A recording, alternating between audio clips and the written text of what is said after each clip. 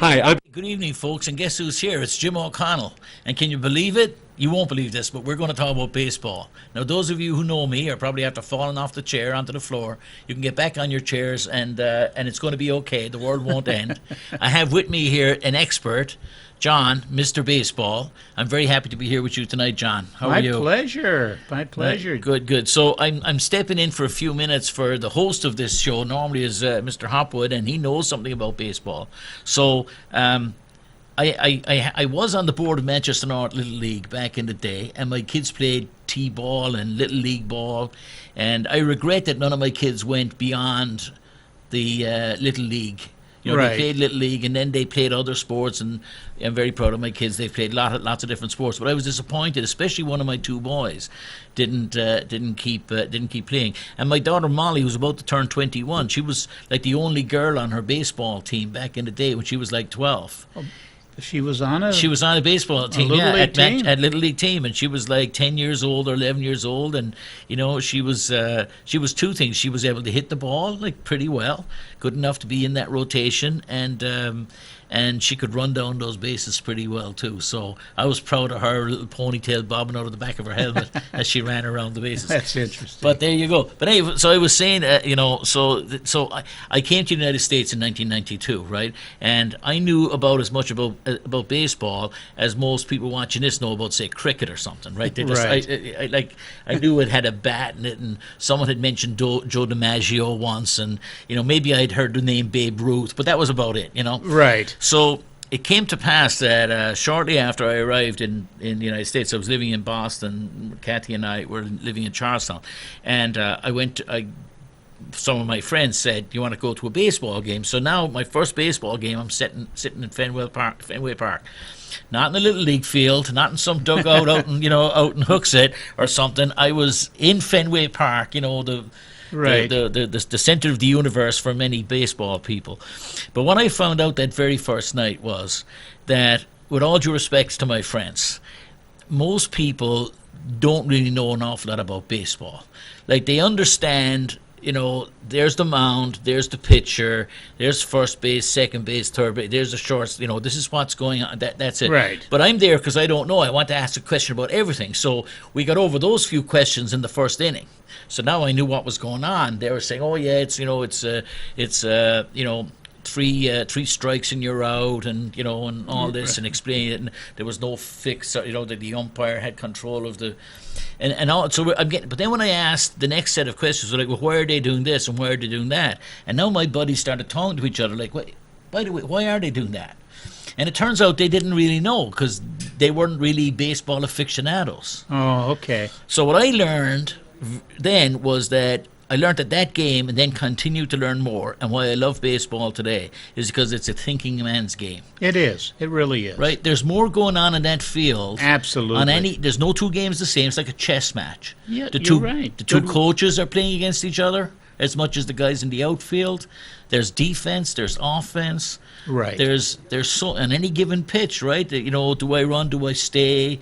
Do I bunt? Do I hit? Do I go right? Do I go left? Do I swing? Do I not?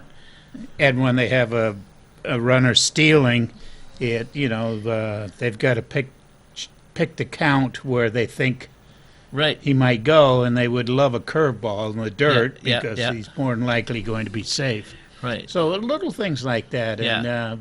And then when you get it, the other thing was, because I hear John approaching, I think the other thing was, I'm a soccer guy too, right?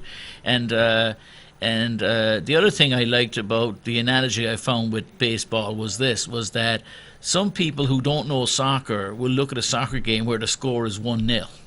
Right. And they'll be like, they'd see the highlight on Channel 9 or something, and they'd be like, there's the one goal. That must have been a great 90 minutes of, but that might have been the greatest game ever because there's all kinds of stuff happening on the field that if you don't know, if you're not there and you don't see it, you don't know.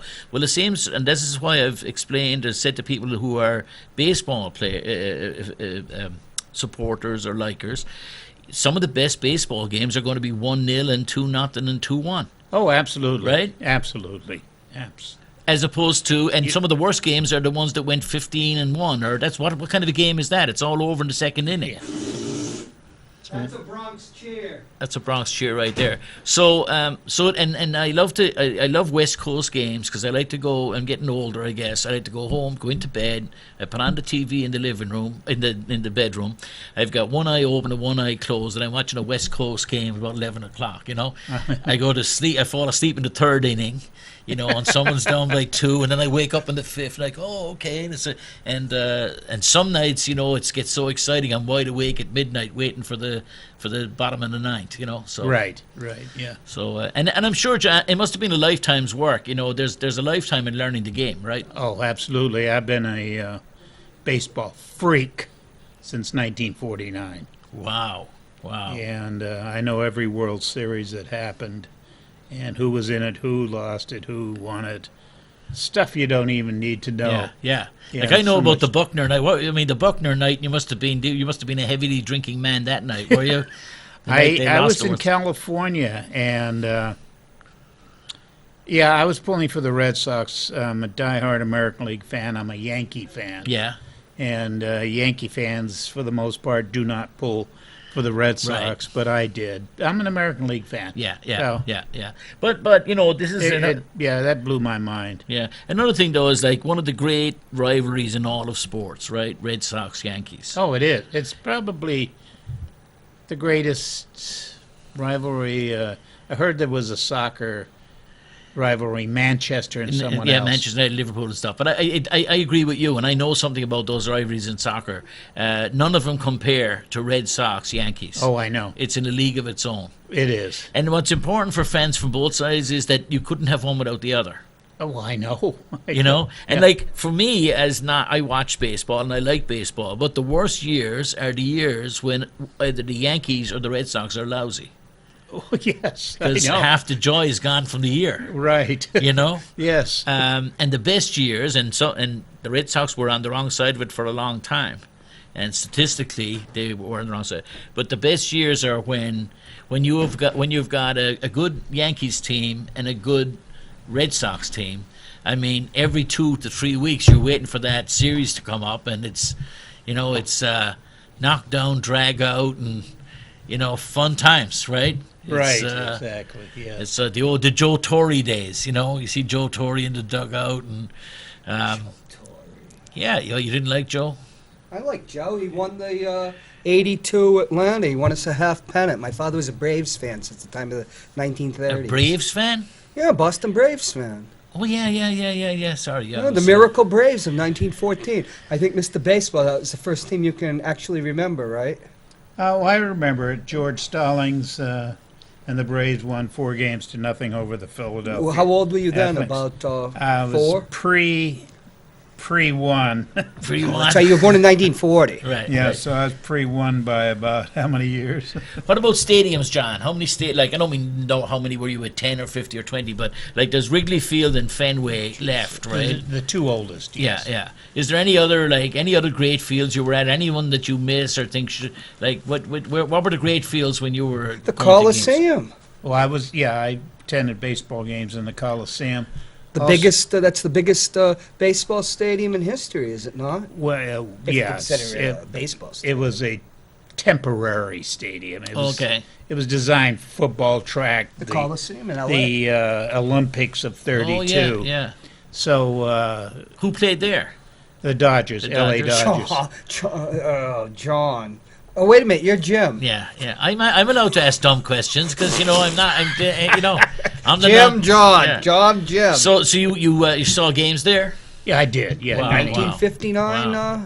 World Series. Where else? Where was I didn't know what were the great ball fields if I'd been around in the 1970s? Like where would I have gone for a great? Ask him if he's ever been to Ebbets Field. I have been to Evans Jeez. Field. Where was Evans Field? That was in Brooklyn. Oh, was and- it? Yeah, it's gone now. Yeah. The What Dodgers was, played. what was right field? Didn't they have a strange wall or something? Oh, well, yeah, it was a wall actually around with advertisement. It was a bandbox. That was when Brooklyn was Brooklyn, right? You're right, Like people right. went out to the what's it called, the not circus, but you know what I mean, the on Brooklyn Pier and all that. They had all the games. Yeah, it was before Brooklyn went to hell. Yeah, all the Brooklyn's come back. You know, to Brooklyn today. I was down there last year, and they've done a ton of work on the boardwalk. They're working, but even when you go across the Brooklyn Bridge now, there's a new park right there by the right side of the bridge, and a lot Is that of a basketball stadium? No, it's a public park. They've redone what was kind of old scrubby dockland and stuff. But local people in Brookline will tell you today they're starting to get priced out of Brooklyn. Yeah. But Coney Island, that's what I was trying to think of. People would go out to Brooklyn, go to Coney Island. That was the big day out from New York, right? Somewhat still, in a sense. But it went through a lousy period, though. It was kind it of did. ugly for a Yeah. long time, and that's coming back. It's, Oh, it's, it will. Yeah, it is, and it will. But so I think about because people couldn't travel as much back in the 50s and 60s, and like going to the local ballpark was the quintessential American thing to do. Oh. It's right up there with apple pie and Pollyanna. It's like yeah. Well, baseball is the one sport in the United States that inspires great writing. Like Don DeLillo, Underworld begins at the 51 Giants game. What is it? The Homer and the Glowman? What was that? No, that was 38. That was Gabby Hartnett with the Cubs. Ooh. You're thinking about Bobby Thompson's home run In 51. in '51 off Ralph Branca that won the pennant. Was that in Brooklyn? No, it was in Polo Grounds. Coogan's Bluff. Yeah, Polo Grounds, and the Giants won the game 5-4 or 5-3, 5-4. I think. One of the most famous homers ever. Oh, Wasn't it is the most famous in my mind. No, there couldn't be a more famous home run. Was it a walk-off home run or It was a walk-off to win the pennant. to independent? Wow. Yes. Was it a playoff game? Yes. Yeah, it was 2 out of 3, and the Giants won the first. The Dodgers won 10-0 in the second, and the Giants pulled out that last one. And Was the Lip the manager of the Giants or of the Brooklyn? of the Giants? Oh. Yeah, and of the DeRocher, Leo DeRocher. yeah, and for the Brooklyn Dodgers, I believe it was Charlie Dressen, Oh. When did Walt Alston come in? 54? 55, maybe 54. No, maybe 50. Yeah, I think 54. You went to the 55 World Series. I did. So before you guys and before I have to depart, Why? let me You- ask you this. Let me ask you this. So, Usually not on the same side. right. So as a guy, like so as a I presume a lifelong Yankees fan, I am. Yeah. right? So tell me. So what? Satan's So what? just What? gone. Can you name which one would you say? Which was the great Yankees team? I mean, they've had so many. How many pennants have they won? Jeez, How Third- many 30 World Series? 37 or 38. Right. So that's a lot of great teams. Yes. So is there a great one, like for people like me, like who might want to look back sometime, and where would you point at? Who were the? well, the 27 Yankees would be the first of the greatest Yankees Greatest, teams. yeah. That was before all of our time. Right. But they had what they call murderers row. They had four guys that were in a just row nice. that could hit Yeah. home runs. Yeah. Ruth Lou Lazari, Gehrig. Gehrig, and Musial. Wow. And those guys could put the ball But when out. those names are still recognizable, coming up now for 100 years later, or the best part thereof. Ruth right? and Gehrig are, Yeah, and yeah, to a real baseball fan like John, Yeah, he yeah. knows Gehrig. I mean Yeah. Lazari and Musial. Yeah. Well, Tony finally got in the Hall So of Fame. besides the 27, then, so in more like in the 36 from the to 40s, 39. 36 Joe to 30. DiMaggio's team. Yeah. First team. Yeah. Was We're Marilyn having a Monroe in the dispute. stands? Was she ever over there like waving him on or anything? Oh, yeah. That would be the 49 to 53 dynasty. The Yankees had so many dynasties, it's ridiculous. Yeah. Yeah. It really is. It is Yeah, ridiculous. yeah. They had the 21 to 23 dynasty. Well, that was 3 pennants. Yeah. Then they won 3 pennants, 26 to 27. 28. Yes. Then Joe DiMaggio comes up Well, they won in 32. They Gehrig. swept the Cubs in 32. with Babe as the called homer. Oh, yeah. Supposedly called home run. I don't know that. I've watched that film so many times. I have it at home. Yeah. He didn't go like this. Oh, right, He didn't right, go like right, that. yeah, He kinda- took his bat and he went like that. Well, yeah. He did it who with his knows? bat. You know what? I just thought of something as you guys were talking there. I know why I was reminded. There's no reflection on the two of you, but actually, the first time I ever, as a little kid, that I think I ever even heard anything about baseball was Lou Abbott and Bud Costello, who's on first. Yeah. And I didn't understand anything about I was a little boy, but I remember that and how funny it was about who's on first, who's on second, and I had no idea what Yeah. No, first and second was. what's on second? Yeah, was it? Yeah. So that's my first memory. But now imagine like a kid over in Ireland in the 1960s, watching black and white TV, and that was my introduction to. That's how screwed up I am. That's why I. Oh, that was a famous routine they did. They It did, was, yeah. It was Funny. They're in the Hall guys. of Fame for that. just they are. Just the display. Yeah. But it's such a pity, and I'm not usually someone for nostalgia and sort of thinking that the past is better than the present, because I don't believe that about anything. I think there are good things in the past and there are good things now. I think generally things are better now than they were in the past. Right. But so I'm not in that Performance school. enhancing drugs have never been better. So, Babe Ruth but had to I like to drink think legal about more. beer. But I was going to think about those guys on a Scotch. non-baseball thing, though. I was thinking about Abbott and Lou Costello, and thinking about all the channels we have on TV. I'm not a big TV guy. Here we are on TV. I'm not a big TV guy, but all the channels on TV, right? And I think about Buster Keaton, Jackie Gleason. Or who's after him, right? But Charles Chaplin, Laurel and Hardy. Now we all know those names and can put faces and images with them. Right.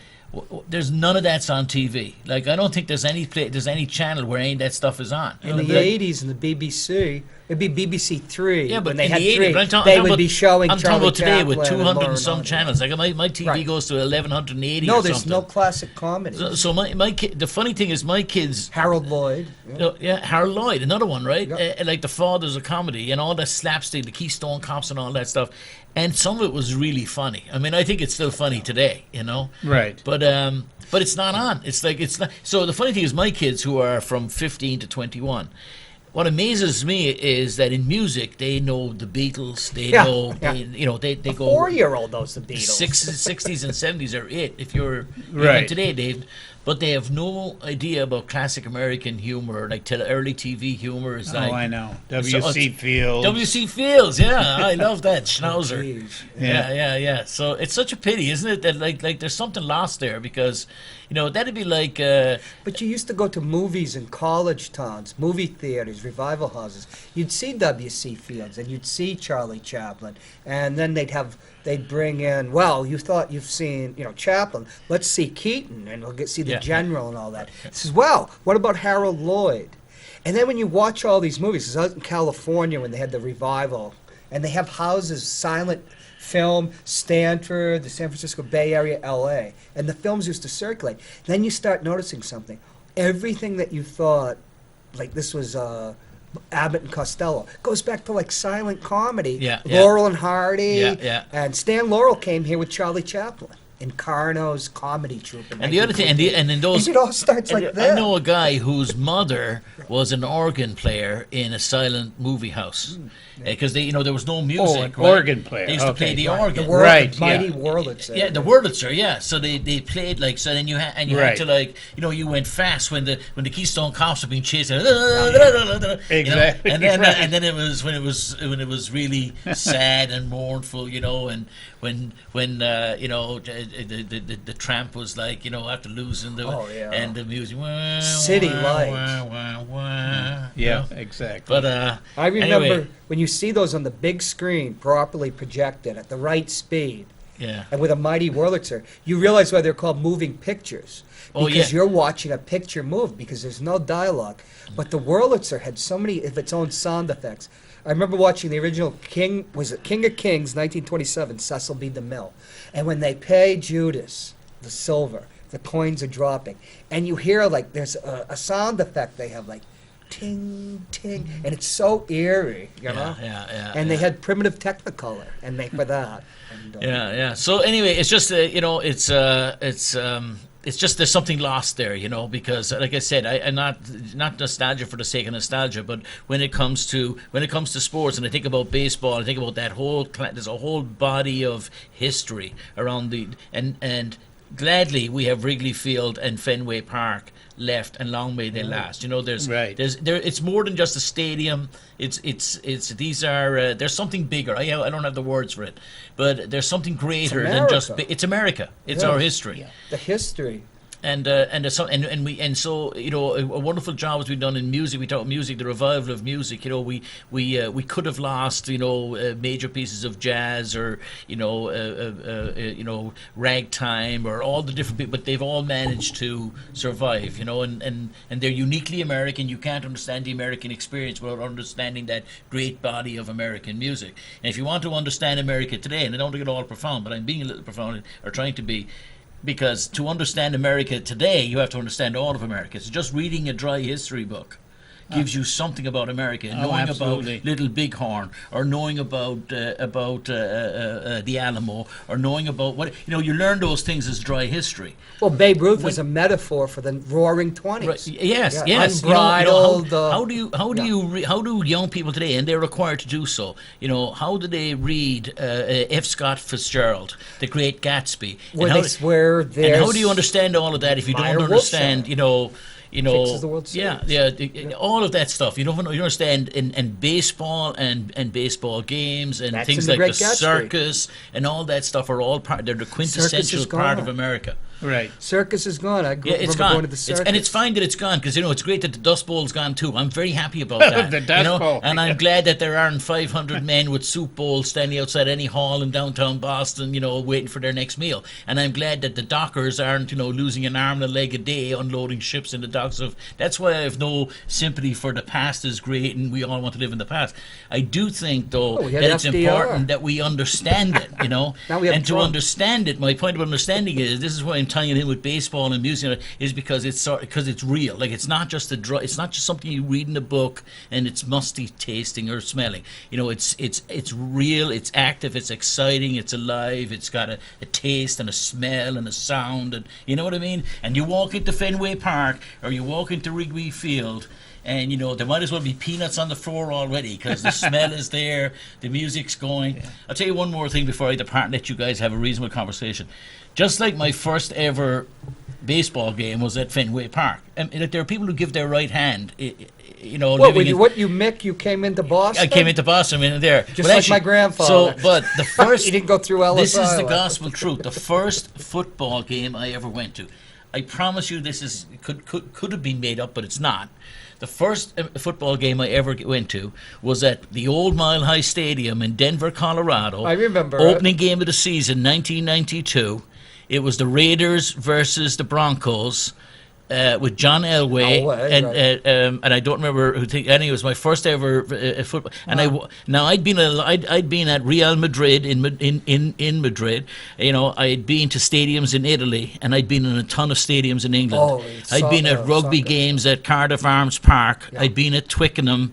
You know, I'd been at the Oval for cricket. So I'd been at I've been at some great stadiums. So I have, you know, but I walked into Mile High Stadium, having been now at like Manchester United games at the, you know, the Old Trafford, which is an exciting place to go with lots of history and all that. But anyway, I walked into Mile High Stadium, and the first thing was the sound, because the sound system as well as the sound of the people. And it was just the whole, the stuff that was going on, the colour. Well, of course, the fact that the Raiders were dressed up in silver and black, and they all had face paint, and like there was, you know, it looked like it was. You think you were going to a Star Trek convention? Yeah. And, Your first Raiders game. Yeah, it was at the it's the Broncos. 90s It's the Raiders, yeah. it's still And so I walked. lethal. Yeah, so I walked in, and then there was the white horse, the blonde-haired girl on the white horse riding by, and there was the cheerleaders everywhere, and there was cannons going off and fireworks, and America. like I was like, holy crap, man, what just happened? You know, I was like, Middle America. I was being hit, every sense was being hit. You know what I mean? Like visually, it was just amazing. The sound was amazing. It blew me away. Wasn't Lady Godiva, was it? I wish it was. That would have been the crown topper right there. Yeah, that would have been the first heart attack. Because I was pretty much short of breath by the time the horse showed up, and I would have been, and that would have been it. And it is America, because the billionaire oil men that own the team got a new stadium, even though that one had already been upgraded. Yeah. Well, you've got a lot of baseball to talk about. Thank you, folks. I was happy to visit the new this other world. I'll go back to mine now. I'm off to there's an event at the back room for Chris Pappas? No, for Central High School, as it's a big draw on tonight. So some lucky person's going to win a couple of bucks. Well, Chris Pappas might be there. He could well Since be. it's his John, pleasure establishment. talking to you. My pleasure, Jim. We'll talk again. Thank you, John. Thank you. Remember the names now. Take God care. bless. We'll see you. As we switch seats. All right. Yeah. Hey, have a good Thanksgiving. Yeah, you two guys. Have a great Oh, that's right. Happy Thanksgiving. Okay. Now it's time to throw up the Mr. Baseball background. Oh, okay. Or we could just keep this up so people don't confuse the two shows. Right. Yeah, because, you know. I was watching the Major League Channel before I came here tonight, and still no Yankee manager. No, there's not. And they made a trade yesterday. It wasn't big, but Was that for Festa Besta Testa? they traded somebody to Texas for some minor leaguer. Yeah, the Festa Besta Testa for a gross of old jocks. Whatever. I think that was back the 1969 69. Yankees. Okay. When did Ralph Houck take over the Yankees again? In '66, after they canned good old Johnny Keane. No, that was they got Houck when they fired Stengel after the '60 World Series. No, So but he they took- had Johnny Keane in '65. Well, yeah. Why they- would any team in New York hire Johnny Keane, an abstemious guy who hated his players having That any was type 60. of fun? What happened in '64? Keane was a manager of the Cardinals. And Lawrence Peter Barra Berra was a otherwise known manager as of the Yogi, Yankee. went to the 7th game of the World Series, just like one of his mentors, Casey Stengel, did not more than 4 years earlier, and got unceremoniously expletive deleted canned. Hey, we need a two-shot here, No. just to see.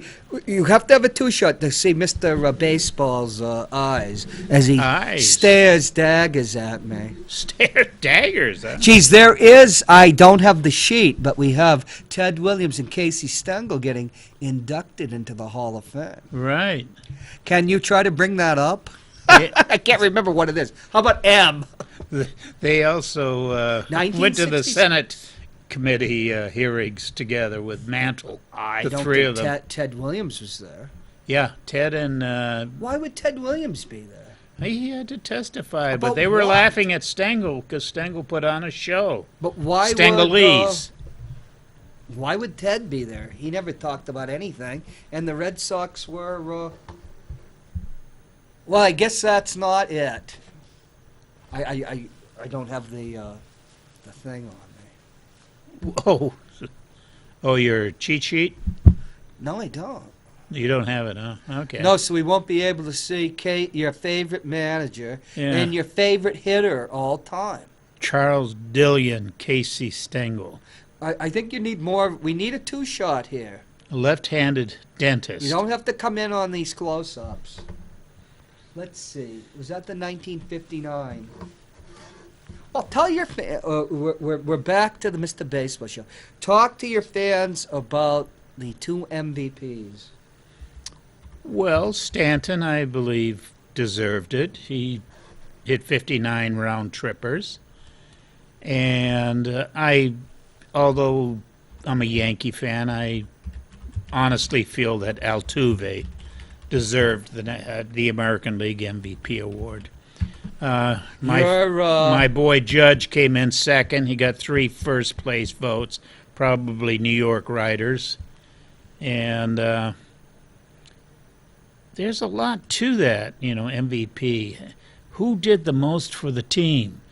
The Yankees wouldn't have been anywhere without Judge. Now, would the Astros been anywhere without Altuve?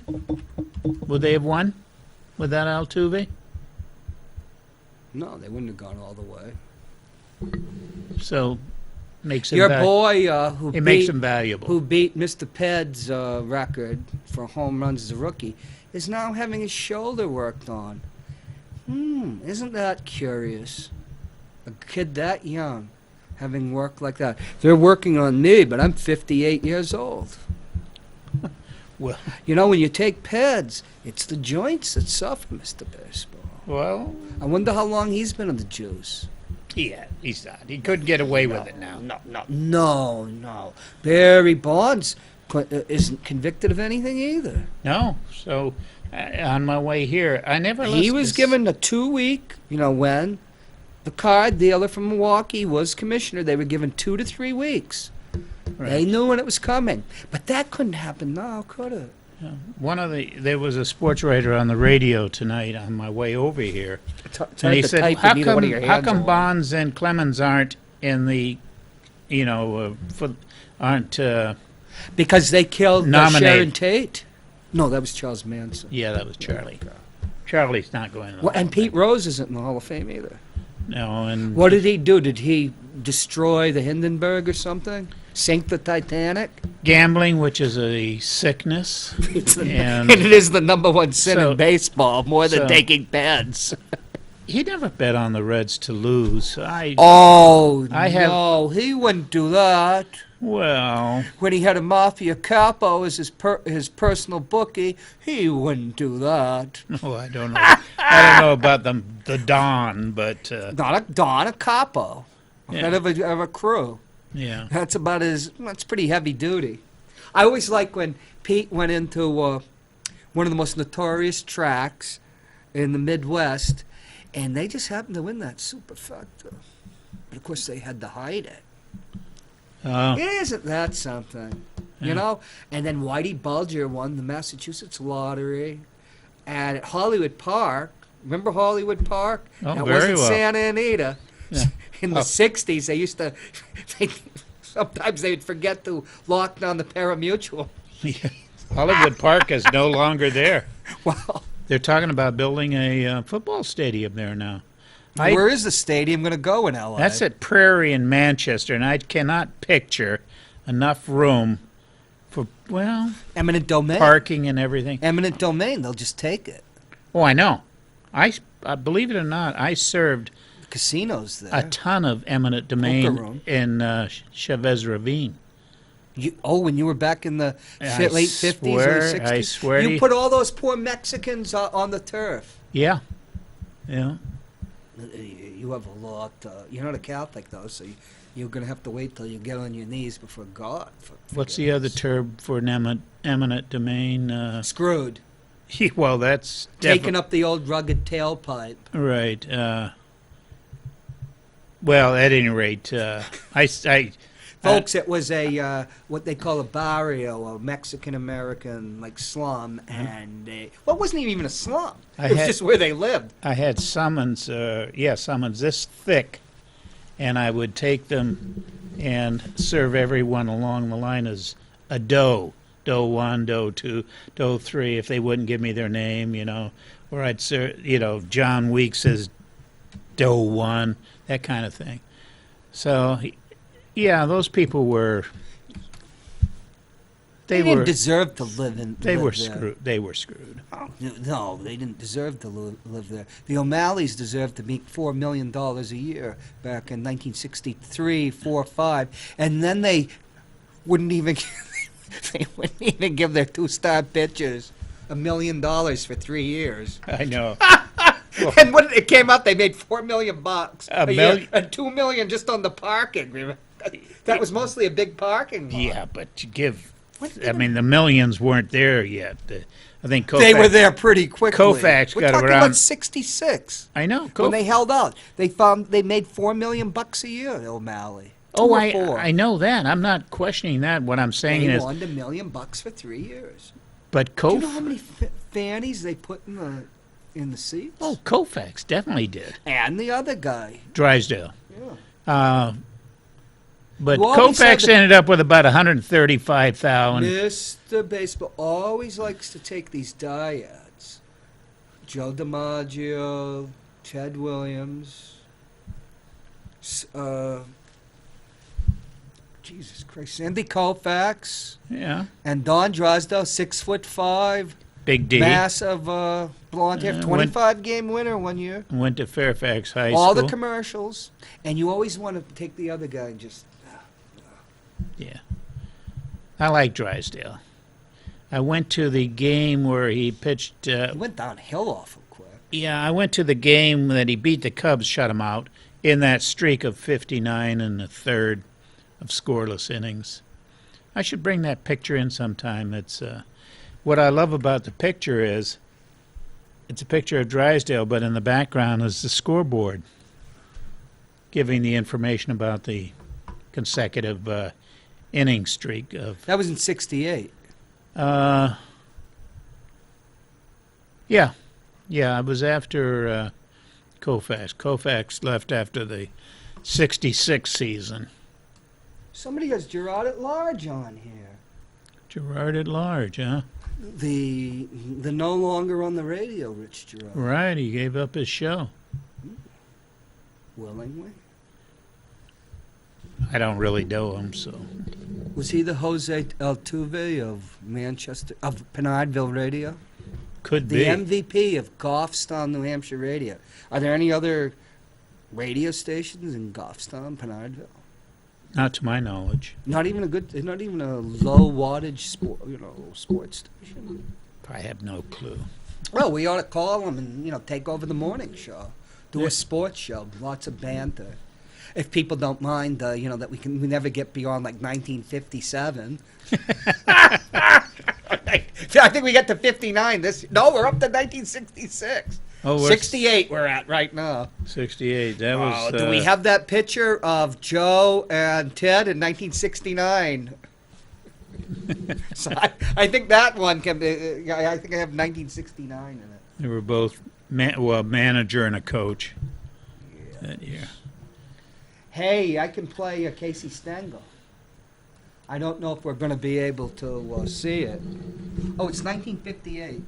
There is now, from the farm, a major league control That's the Senate hearing. professional occupation of baseball playing. That's one of the Is senators. that a correct summary? Well, you have that, from the standpoint of what you've been reading, you've got that down very good. I said just like I made a talk not long ago, and I told them all when they were slicking and they invited me in, I said, you ought to be home. You better not making enough money. You can't drink like that because this is a holiday for the Shell Oil Company. And I said, why is it a holiday? They said, we did something great for 3 years, and we are given 2 days off to watch the Yankees play the White Sox. But they were mostly White Sox Brewers. I said, well, you're not doing right. I said, you can't take those drinks and all even on your holidays. You ought to be home and raising more children because big league clubs now give you $100,000 for a bonus to go into baseball. And by the way, I don't have to have any children, and I wish Mrs. Stengel and I had 8. I'd like to put them in on that bonus group. Bonus babies.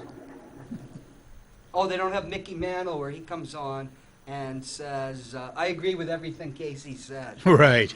And the entire Senate committee laughs. Yeah. Uh-oh, more Stengelese. Uh-oh. I'm always worried that we might get, one of our other people that run the TV station might be watching a little naughty stuff.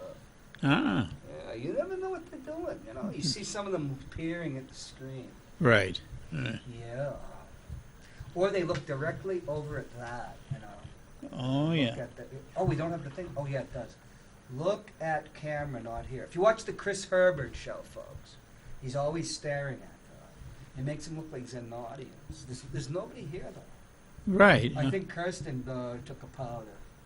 Well, I don't blame her. I don't either, after putting up with us. Us. This is our second baseball show. She's put up with us twice today. Jeez, I forgot that, all these, photos, Yeah. and you're not here. I guess we'll have to do Bugs Jeez. Bunny. Good imitation. Well, folks, I've been, I was at the hospital earlier today. That's true. How'd that go? I'd rather not talk about it. I told you the gory details. Okay, well, we don't have to talk about it. We did talk about it earlier because it happened to you, too. Yeah, you won't be pinch hitting anytime too soon, huh? No. At least Yeah. I should have wore a red shirt, I guess. We'll have to DH you somewhere along the line. Yes, MVP. Yeah, Joe DiMaggio, 3 times MVP. right. The Mick, 3 times. Yogi. 3 times. Did Campanella get 3? I think he did. I think he did. Yeah. Because in the 50s they had a catcher, shortstop, center fielder that you built the team right up the middle, which Yeah. has lasted to our times. Yeah. Oh, there's Teddy and Joe D. Yes. There they are. That's them in 1969. I got to see Ted play in '51, which was DiMaggio's last year, but I didn't see DiMaggio play in person. Where did you see Ted? At the stadium? Fenway Park against the St. Louis Browns. He went 0 for 4 against a pitcher by the name of Ned Garver, who holds the distinction, along with Steve Carlton, of winning 20 games on a last place team. No kidding. Yeah, St. Louis Browns. He won something like 40% of them. Something like that. Of the, Steve Carlton won 27 games for a team that won 59. yeah, That's almost 50%. that's amazing, actually. You think about it. Yes, and the press asked him, how do you win? He says, well, I visualize the games beforehand. And then he lost 20 the next year, and the press, members of the press asked him, did you visualize those losses? And he never talked to them again. Never did. Not really. He never got over that. Yeah. Now, Ted Williams had a very fiery relationship with the press, which was basically expletive deleted you on both sides, Right. whereas the New York press revered Joe DiMaggio. Oh, absolutely. They thought, oh, there's Ted's plaque for the Hall of Fame. Hey, run through them all, Yeah. Teddy ball game. There's Joseph. It was, I think it was Ball. Kurt Gowdy's young son that gave. Let's go to the park to see who Teddy ball game, Yeah. and Ted liked that a lot. Do you know Joe DiMaggio? He only played 13 seasons. right. People think now. When Yaz hit 400 home runs, it was a big thing in 1979. Young people don't even realize that. When they have a book in the Manchester Library, the 500 home run club. It's like 12 people if that, you know. At It's- the time. Yeah, published in the 70s, just before, like, I think Mike Schmidt. Maybe it's like right after Mike Schmidt joins Okay. it, and and Al Kaline retired with 399 dingers. Yeah. That was a lot of dingers, 400. Right. But when John Paul DiMaggio retired, he had 363 dingers. Where did that place him on the all-time list in 1951? Probably in 51. Yes. Probably in the top 10, I'm guessing. Top 10? Yeah. Ruth. Try the Garrett. top 5.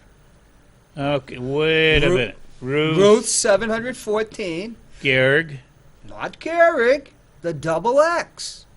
Well, 535. I'm not going in order. I'm saying No, Gehrig- we're talking about 1951. 535. Number 3, Ruth Gehrig, 495. Now, who would have 494. been number 4? Must have been Hank Greenberg, Could have been, yeah. who retired about 47, Right. and he had 350. He was with the dingers. Pittsburgh Because Pirates. we had one of his thing up. Yeah, so when he retired, he was in the top 5 or the top 4, because Ted took over from him pretty soon in the 50s. Yes. Ted hit, when you saw Ted in 51, he had broken his elbow during the All-Star game. In Was it 50. 50. Collar- And he thought he was going to have to retire because he continued It to was his play. collarbone that he broke. Nope, he broke his elbow. You're thinking of another injury. He 50 broke his elbow. 50 All-Star game. And he played, and it started ballooning up on him. And then they had to do surgery on him, and he thought he was going to have to retire. 51 was an off year, and then he got drafted again. Well, he got recalled to the recalled Colors. to Korea. Yeah, 52 and 53. Yeah. But Joe DiMaggio played 13 seasons. That's all. And hit 363 dingers. You mentioned Kurt. Most of the majority of them on the road. Right. You mentioned Kurt Gowdy a little bit ago. He was originally a Yankees or Red Sox announcer. Well, he was a Red Sox announcer I for think he years. broke in with the Yankees, years. though, But for TV. Mel Allen was his radio. I used to see him a lot at the Mount Washington Hotel. He had a summer home in Bethlehem. No kidding. That's where my mother's people are from, Bethlehem. Yeah, yeah, and I think his family still has it. Of course, Kurt's gone. I think he came up as their first TV announcer, Kurt, before he moved to the Red Sox. Because him and Mel Allen did the radio. Oh, Kurt did the Red Sox in the 50s. Right, I think on he the moved radio. on. Because then he became good friends with, of course, Ted. And when I was a kid, he was the Red Sox announcer. Yeah, and then he was big during the World Series. Oh, yeah. for a Beautiful while. voice. Yeah, I liked him. I liked him very Well, much. he had that unique voice. Well, it was the voice I grew up with. Before Ned. Yeah, Ned. Ned, mellowed by good scotch. One time, him and the Hawk were, they broke in a little early in the audio. Pass me the ice cubes, Hawk. He was mellowing out with some good scotch. What was it Joe McCarthy thought ruined ball players more than, I can use the word it's late now, whoring and going to the flickers? Booze. He tried to talk Hack Wilson out of drinking. Oh, that was... Joe McCarthy, when he was with the Cubs, Yeah. he had the famous story that he took the bottle of scotch, put the worms in, put the scotch in, and they died. And he said, "Have you learned anything about that, Hack?" He said, "Yeah, if I drink, I won't get worms." Okay. That goes back to Grover Cleveland Alexander. But That's the story. what was the famous thing? When he came over to the Red Sox, he gave his speech. And it's drinking off-brand stuff that puts you in the madhouse. And he drank White Horse Scotch. And he recommended that if they were going to drink, because they had to relax, that they get the best. And they used to call him when he would go on his bender, like the night before the 1948 playoff game. They called it he was riding the White Horse because of White Horse Scotch. Yeah, it was while he was riding the White Horse, he got that brilliant idea to pitch Denny Galehouse Instead in of game Ellis 155. Kinder. Not Ellis Kinder, Mel Parnell was Who- there. They had several good pitchers. I don't know why he went with Denny Galehouse. Well, when they got him Experience. when they finally found the hotel he was in, which that was, they say Jimmy Fox and Ellis Kinder and Joe McCarthy was, you never know what hotel they were in that when the morning after, you know. Right. They'd have to wait for, or you'd have to send people out. Right. Yeah, they found him, you know. He was a violate your drawers type of drunk. And that was his brilliant, well, I guess he was saving him for the World Series. Could be. They never got there. No, they. Joe McCarthy, who managed those great Yankees teams, and Joe DiMaggio.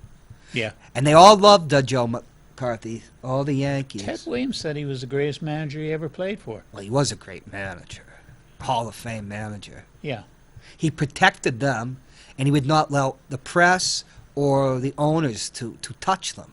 And he never ripped a player in his life. You know, he would. He was very discreet. It was not that he was discreet about it, but he wasn't a grandstander. That would be a valuable piece if you could get it with the autographs and everything. That looks them right after the war. Do you know that DiMaggio would never, ever put to John or anything like that? It was just his signature. And in his contract, he always had to be introduced as the greatest living ball player, which was a title he got in 1969 at Right. the Centennial, just like you're Mr. Baseball. He had a rule with the Yankees. I'm going to call it a rule or a demand Right, right. that he would be the last one introduced at the old timers games. And once they introduced Mickey Mantle last, and he didn't like it. And you don't piss off Joe DiMaggio. And Mantle came up with an earring on one time. Oh, that must have been just to irritate. Well, it was a he drunk? clip-on. He Right. was dangling. You know, it was funny. They tried to give him keep him for the 52 season, but he refused because they figured he would mentor Mantle. Yeah. More. He was done. Oh, he knew it too. He Yeah. could not play to the. Yeah. He had to play to his standard. Right. His last at bat was in the 6th game of the 51 series, and he doubled. So he went out a winner, a champion. Yeah. What's amazing is in his 13 years, they went to 10 World Series. 10 World Series in his 13 seasons, and they won 9 of them. Yeah. So you're talking about an MVP. Yeah. In the book Summer of 49 by David Halberstam, they said DiMaggio never really thought much of that 56-game hitting streak because he had hit in the Pacific Coast League like 60 games. 67. Yeah, people forget about that. And after after they broke his streak, he hit like another 16 games. 17. You're 17. right. Yeah. You know, so he'd done it. But after he got older, and then people no longer remembered him playing. You got a new generation, like Bill James is always complaining. Oh, all the old timers say DiMaggio's so great, but the statistics don't show that. And then they forced him to go, look at him in a different way. But then he started emphasizing that hitting streak because it's the one record. He had several records that fell, Right. but to hit 363 dingers put him in the top 5 all time when he retired. Yeah. But there's the famous, when he was still married to Marilyn Monroe, and they were only married like 9 months. Yeah. She came back from Korea, and she said, "Oh, Joe, you've never heard," and he had retired, "you never heard such shouting in your life." He said, "I have." Yeah, they say that the Yankee Stadium, when he was playing. But, I visited her crypt, I guess you call it. Oh, yeah. In Westwood, and DiMaggio sent roses every day Yeah.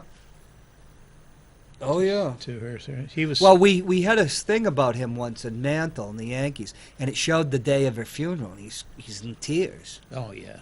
Yeah. And he hated the Kennedys because they had an affair with her. That's what they He say. would. I saw them. Bobby and Joe at a Yankee game or old timers game, whatever, and they didn't talk.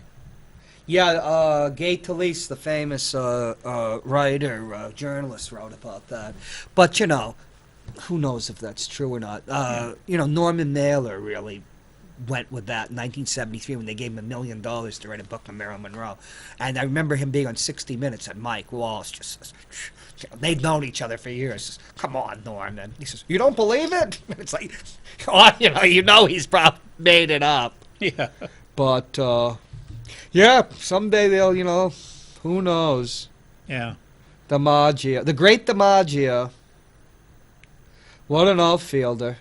Oh, he was great. He covered a lot of ground. Oh, he did. That's why that's what happened to Mickey Mantle. He came into his center field and had to pull up. There was some player, I can't remember who it was, playing right field. It must have been in the late 40s. For the Yankees, Yeah. So who played right? Keller? Charlie Keller played right. So whoever was going to replace him, and he comes into right center, and Joe's shocked. And the kid says, "Did I do wrong?" And he was a good player. He said, "You're the first person that's ever done it." But he was. Yeah. Yeah, we will have to go. Looking at the two guys, I was looking. They're breaking out road and home. Bill James, who's no big DiMaggio fan, is a hitter because everything's statistics with him. Yeah. Said no player was ever hurt more by a park than DiMaggio. We're talking about the great superstars. Yeah. You're talking about Death Valley and center field. So you were telling me during the 56 when Ted Williams hit 406 in 1941, Yeah. and there was the 56 game hitting streak. Who out hit home? Ted hit 411. DiMaggio hit 408 in that streak. Because people say if he had he hit 381 one year with 46 home runs DiMaggio did. at Yankee Stadium that eats up all the power of a right-handed power hitter, which any Red Sox fan of the 70s could tell you. Geez, let's not go there.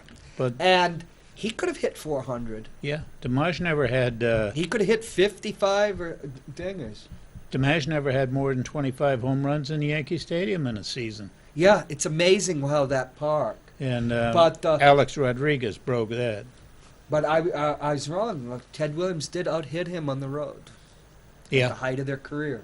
Yeah. It wasn't by much, but he did. Yeah. He, except for Babe Ruth, we were talking about. You just have to take Babe and put him off to the side with all the women and the hot dogs and the beer. Yeah.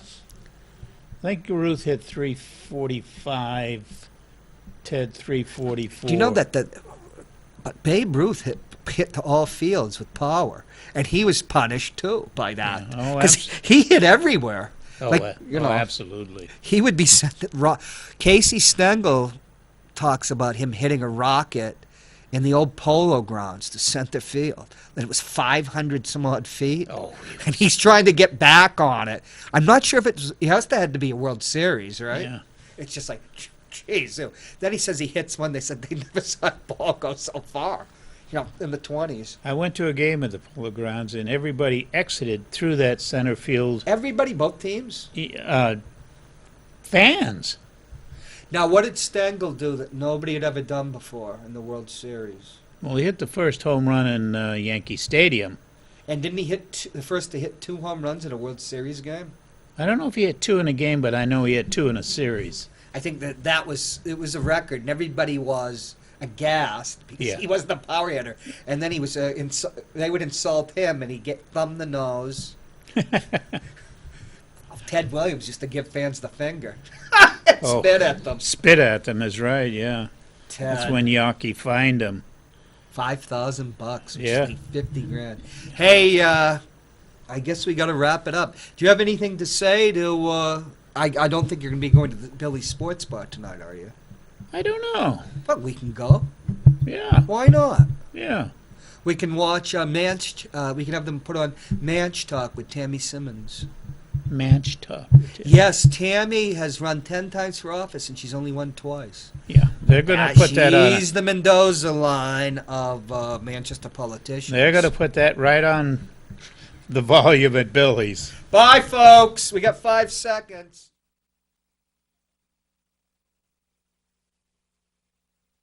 Play ball!